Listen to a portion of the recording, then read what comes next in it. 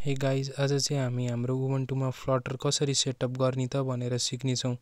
सबभन्दा पहिला हामीले हाम्रो टर्मिनल खोल्नुपर्ने हुनेछ। मैले चाहिँ टर्मिनल खोलेर मेरो क्रोम खोलेँ। क्रोम खोलिसकेपछि म त्यहाँनेरि गएर फ्लटर सर्च गर्छु। त्यसपछि हाम्रो सबभन्दा सुरुमा flutter.dev को अफिसियल वेबसाइट फ्लटरकै खोलिन्छ। त्यहाँ गएर हामी गेट स्टार्टेडमा क्लिक गर्छौँ। त्यसपछि तल गएर हाम्रो लिनक्स सेलेक्ट गरेर इन्स्टल एन्ड सेटअप फ्लटरमा जान्छौँ। हामी अहिले चाहिँ म्यानुअल्ली इन्स्टल गर्न थाल्छौँ, त्यही भएर इन्स्टल फ्लटर म्यानुअल्लीमा क्लिक गर्छौँ। त्यसपछि फ्लटर लिनक्स फाइल डाउनलोड गर्छौँ। त्यसपछि हामी हाम्रो फाइल्स खोल्छौँ। हामी हाम्रो फाइल्स खोलिसकेपछि त्यहाँ नयाँ फोल्डर डेभलप गर्छौँ। नयाँ फोल्डरको नाम चाहिँ हामीले डेभलप भन्ने नयाँ फोल्डर क्रिएट गर्छौँ। नयाँ फोल्डर क्रिएट गर्छौँ हामीले डेभलप भन्ने। नयाँ फोल्डर क्रिएट गरिसकेपछि फ्लटरको लिनक्स फाइल हामीले डाउनलोड गरिसकेपछि हामी फेरि हाम्रो टर्मिनल खोल्छौँ। टर्मिनलमा हामीले त्यहाँ तल भएको कोड कपी गर्छौँ।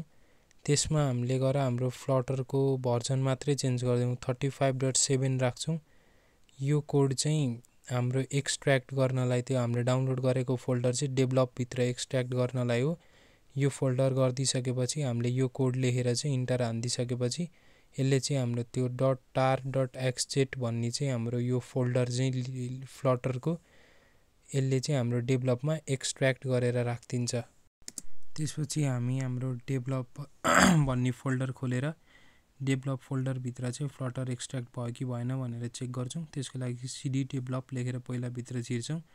ls लेखेर हामीले लिस्ट आउट गर्छौँ। लिस्ट आउट गर्दा त्यहाँ फ्लटर भनेर हामीले देख्छौँ। त्यसपछि हामीले यो टर्मिनलबाट निस्किनलाई एक्जिट कमान्ड लेख्छौँ। यो टर्मिनलबाट हामी निस्किन्छौँ। त्यसपछि हामीले फेरि नयाँ टर्मिनल खोल्छौँ, त्यो टर्मिनल काट्दिएर।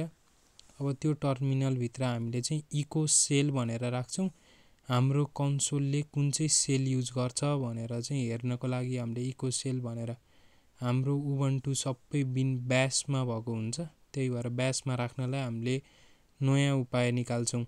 अब हुन्छ चाहिँ के भने ब्यासको लागि यो फ्लटरको हामीले इको प्रोफाइल युज गर्ने हो भने यसमा धेरै समस्या आइरहेको हुन्छ। कतिको पातै सेट भइरहेको हुँदैन, पाथ सेट भएन, फ्लटर कमान्ड भेटिएन, पाथ सेट भएन, फ्लटर कमान्ड भेटिएन भने हुन्छ। त्यही भएर हामीले चाहिँ bash.rc फाइल भित्रै गएर चेन्ज गर्छौँ। त्यसको लागि हामीले यो न्यानो लेखेर .bashrc भनेर यहाँ भित्र छिर्छौँ। यहाँ भित्र चाहिँ हामीले इको पाथ भनेर यो मेन फाइल बाश फाइल भित्र चाहिँ हामीले एउटा राखिदिन्छौँ।